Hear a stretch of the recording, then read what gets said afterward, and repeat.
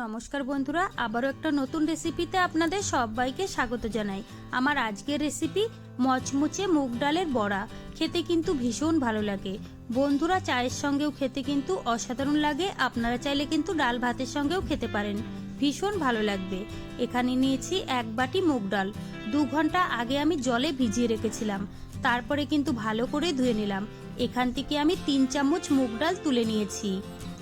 আর এখানে কিন্তু একটা মিক্সারের বাটি নিয়েছি। এবার আমি মুগ ডালটা নিয়ে নেব। দিয়ে দেবো কাঁচা লঙ্কা, রসুন আর আদা। সামান্য একটু জল দিয়ে খুব ভালো করে পিষে নিতে হবে। তারপরে কিন্তু একটা বাটিতে আমি ঢেলে নিলাম।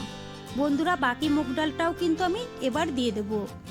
যে মুগ ডালটা আমি গোটা রেখেছিলাম সেটাও কিন্তু দিয়ে দিলাম। দিয়ে দিলাম একটা বড় সাইজের পেঁয়াজ কুচি, আর দিয়ে দেবো এখানে ধনেপাতা কুচি। এবার দিয়ে দেবো কিছুটা শুকনো মশলা। বন্ধুরা, শুকনো মশলাটা দেওয়ার সময় মোবাইলটা বন্ধ হয়ে গেছিল, আমি বুঝতে পারিনি।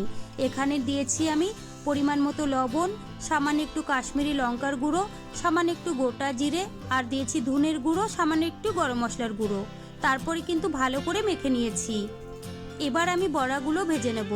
বন্ধুরা, তোমরা চাইলে কিন্তু গোল করেও বড়াগুলো ভেজে নিতে পারো, না হলে কিন্তু এইভাবে আমার মতো চ্যাপ্টা করেও ভেজে নিতে পারো।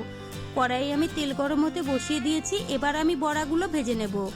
বন্ধুরা, তেলটা গরম হওয়ার পরে মিডিয়াম করে দিতে হবে, না হলে কিন্তু ভিতরটা কাঁচা থাকবে, উপরটা লাল লাল হয়ে যাবে, খেতে কিন্তু ভালো লাগবে না।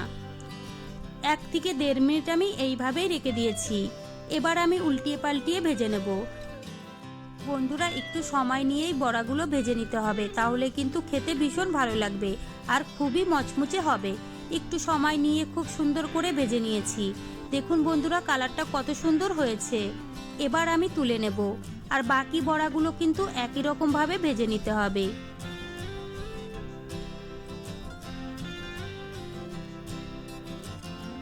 বাকি বড়াগুলোও কিন্তু আমি একই রকম ভাবে উল্টিয়ে পাল্টিয়ে সুন্দর করে ভেজে নিয়েছি। এবার আমি তুলে নেব। সবগুলো বড়া ভেজে একটা প্লেটে তুলে নিলাম। দেখুন বন্ধুরা, দেখতে কতটা সুন্দর লাগছে, আর খেতেও কিন্তু ভীষণ ভালো হয়েছিল। বাড়ির সবাই কিন্তু পছন্দ করে খেয়েছিল। আমি খেয়েছিলাম চায়ের সঙ্গে, ভীষণ ভালো লেগেছিল। তোমরা চাইলে কিন্তু ডাল ভাতের সঙ্গেও খেতে পারো, অসাধারণ লাগবে খেতে। তো বন্ধুরা, আমার রেসিপি কেমন লেগেছে কমেন্ট করে জানাবেন। ভালো লাগলে প্লিজ আমাকে সাপোর্ট করবেন। বাড়িতে বানালে কমেন্টে জানাতে ভুলবেন না খেয়ে আপনাদের কেমন লেগেছে।